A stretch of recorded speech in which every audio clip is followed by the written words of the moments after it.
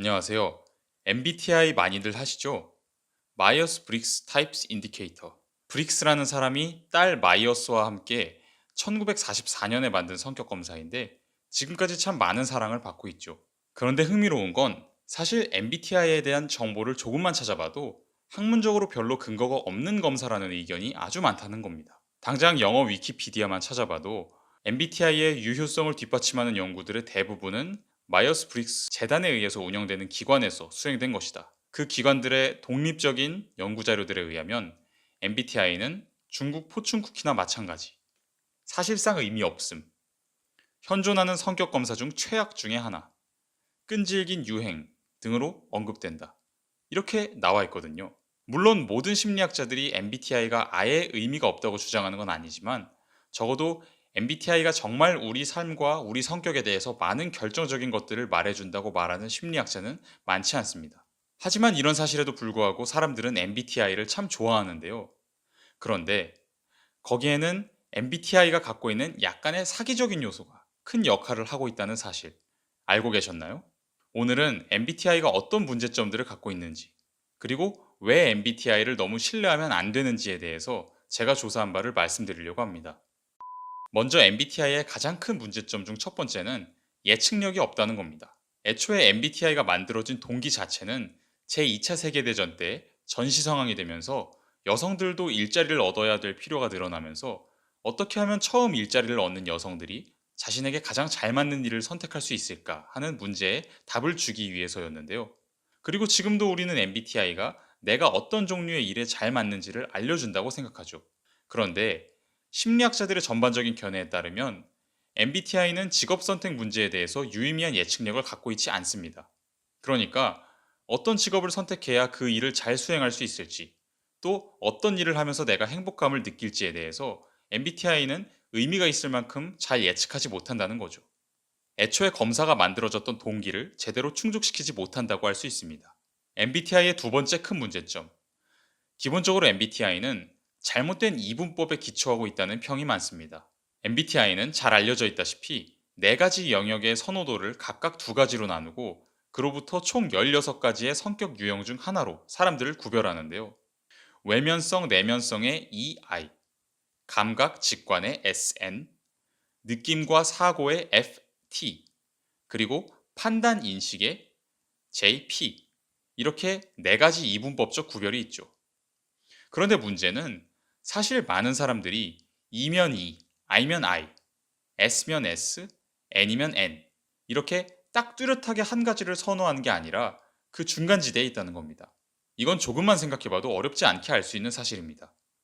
예를 들어서 사고를 좋아하는 사람이라고 해도 느낌적인 부분을 아주 중요시할 수도 있는 거고 또 느낌을 중요시한다고 해서 사고적인 부분이 반드시 엄청 결여되어 있는 건 아니죠. F와 T를 둘 다 비슷하게 사용하는 사람들도 있을 수 있습니다. 그런데 MBTI는 너는 F야, 너는 T야. 이렇게 이분법적으로 사람들을 나눠버립니다. 사실은 F가 50.5%이고 T가 49.5%일 수 있는데도 불구하고요. 그래서 이런 경우에는 검사를 다시 하면 F였던 사람이 T로 나오기도 합니다. MBTI를 옹호하는 사람들도 이 이분법에 대한 문제를 잘 알고 있습니다. 그래서 실제로 MBTI 검사를 제대로 하면 퍼센테이지가 반드시 같이 나옵니다. 예를 들어서 F와 T 중에 어느 쪽으로 몇 퍼센트가 기울어 있다. 이런 게 나오게 되는데 그럼에도 불구하고 문제는 여전합니다. 아무리 퍼센트가 나온다고 해도 결국에는 아주 미세하게 F 쪽으로 기울어져 있는 사람들도 F라고 표기가 되고 분류가 되거든요. 그리고 결국에는 모든 사람들을 반드시 16가지 유형 중에 하나에 포함시키게 되죠. 그런데 사실은 똑같이 ENFJ인 사람들도 각 유형들의 퍼센테이지에 따라서 성격이 아주 다를 수가 있습니다. MBTI가 가진 세 번째 문제점. MBTI는 사람의 성격을 이루는 굉장히 중요한 부분들을 빠뜨리고 있습니다. 예를 들어서 부정적인 감정을 느끼는 정도가 얼마나 강한지, 이것을 신경성이라고 하는데 MBTI는 이 신경성을 별로 측정하지 않습니다. 그런데 신경성은 사람의 성격을 좌우하는 아주 중요한 요소입니다. 특히 우울증이나 불안증을 예측하는 데 신경성이 중요하기도 하고 얼마나 감정적으로 안정감 있게 삶을 지탱해 나갈 것이냐 하는 문제에서 아주 결정적인 역할을 하죠. 하지만 MBTI는 이 신경성에 대해서 얘기해주는 바가 별로 없기 때문에 실제로 그 사람이 어떻게 삶을 살아가느냐를 제대로 진단하지 못하는 측면이 분명히 있습니다. 또 이 이외에도 예를 들면 얼마나 게으른지 이런 것도 MBTI는 전혀 얘기를 해주지 않죠. 그래서 가만히 보면 MBTI는 실제 삶에 결정적인 영향을 끼치는 성격 요소들을 많이 빼먹고 있습니다.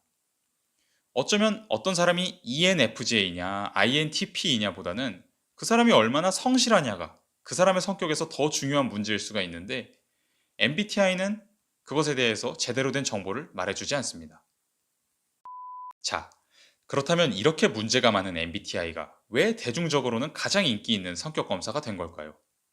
일단 흔히 얘기되는 이유 중 첫 번째는 MBTI가 포러 이펙트를 잘 발휘하고 있다는 겁니다. 포러 효과는 반엄 효과라고도 하는데 사람의 성격에 대해서 대강 두리뭉술하게 잘 말하면 이거 딱 내 얘기인데? 이렇게 생각하게 되는 그런 효과를 가리킵니다. 예전에 포러라는 심리학자가 학생들 39명에게 심리검사를 한 다음 검사 결과를 줬는데 사실은 그냥 39명 전부에게 미리 준비된 똑같은 결과를 준 거였습니다. 그런데 학생들에게 그 검사 결과가 자신의 성격을 얼마나 잘 나타내는지 5점 만점으로 점수를 매겨달라고 했더니 평균 4.3점이 나왔습니다. 다들 두리뭉술하게 써놓은 성격 이야기를 보고 상당히 자기 얘기에 가깝다고 믿었다는 거죠. 예를 들면 당신은 자신에게 비판적인 경향이 있습니다. 이런 것들이 써져 있었는데 사실 대부분 사람들은 자기 자신을 어느 정도 비판하면서 살아갑니다. 그래서 그냥 그렇게 써놓았을 뿐인데 사람들은 이거 진짜 내 얘기인데? 이렇게 반응을 했다는 거죠. MBTI도 분명 이런 측면이 있습니다. 한번 여러분 MBTI 유형에 정반대되는 유형의 성격 묘사에 대해서 읽어보시면 자신과 비슷한 부분이 아주 많다는 걸 발견하실 겁니다. 정반대 유형이면 당연히 자신과 완전히 달라야 하는데 그렇지가 않다는 거죠. 왜냐하면 MBTI는 많은 사람한테 대개 적용되는 이야기들로 설명을 많이 채워놓는 경향이 있으니까요. 그런데 바로 이 이유 때문에 오히려 MBTI가 인기가 많다는 주장이 있습니다. 왜냐하면 누가 읽어도 진짜 자기 얘기를 해주는 것 같으니까요. 두 번째로 MBTI가 인기가 많은 이유는 듣기 싫은 소리를 안 한다는 겁니다. 본인의 MBTI를 보면 거기에 당신은 정말 나쁜 사람입니다. 성격을 고치기 위해 노력하세요. 이렇게 나와 있나요? 아닐 겁니다. MBTI에는 나쁜 이야기가 별로 없습니다. 그런데 솔직히 말해서 모든 사람들이 그렇게 긍정적으로 의미 부여될 수 있는 성격을 갖고 있나요? 아닙니다. 어떤 사람들은 정말로 문제가 많은 성격을 갖고 있습니다. 그리고 누구나 여러 가지 문제점들을 갖고 있죠. 하지만 MBTI는 사람들이 가진 성격의 장단점에 대해서 충분히 분석적이지가 않고 장점을 부풀려 놓는 경향이 있습니다. 그래서 듣는 사람의 입장에서는 기분이 좋죠. 일단 MBTI를 받고 나면 기분이 좋아집니다. 좋은 이야기 위주로 나와 있으니까요. 그렇다 보니 사람들이 MBTI에 대해서 많이 말하게 되고 더 관심도 많이 갖게 되는 측면이 있습니다. 마지막으로 MBTI가 인기 있는 결정적인 이유는 우리가 사람들을 유형별로 나누길 좋아하고 본인이 어떤 한 유형에 속하는 것을 좋아하기 때문입니다. 특히 제 생각에는 우리 현대인들 같은 경우는 이 산업사회 안에서 살아가면서 본인이 스스로 자신의 삶을 개척해 나가야 한다는 압박감에 상당히 많이 시달리게 되죠. 그렇다 보니 사람들은 나는 이런 사람이야. 그러니까 이런 방향으로 살아가야 돼. 이런 규정을 받고 싶어 합니다. 본인이 스스로 삶의 방향을 결정하고 이끌어 나간다는 게 보통 일이 아니기 때문에 외부적인 도움을 받아서 나는 이런 유형이다 라는 규정을 받는 것에서 굉장히 큰 기쁨을 느끼고 심리적인 안정감을 느끼는 게 아닌가 싶습니다. MBTI는 그 틈새 시장을 잘 파고들어서 우리 사회에서 큰 인기를 얻게 됐죠. 하지만 앞에서 말씀드렸다시피 사람은 생각보다 그렇게 이분법적으로 딱딱 나눠지지 않고 따라서 MBTI가 제시해주는 유형들 중에 한 유형에 정확하게 속하는 사람은 많지 않습니다. 또한 MBTI는 실제로 좋은 삶을 살아가는 데 있어서 필요한 특성들에 대해서 잘 얘기를 안 해주기 때문에 너무 MBTI를 통해서 자신을 규정하려고 하는 건 큰 도움이 안 될 가능성이 높죠. 그러니 MBTI에 너무 몰입하기보다는 그냥 재미로 즐기시고 자신의 MBTI 유형 역시 절대적인 게 아니라는 생각을 항상 같이 하시는 게 좋을 것 같습니다.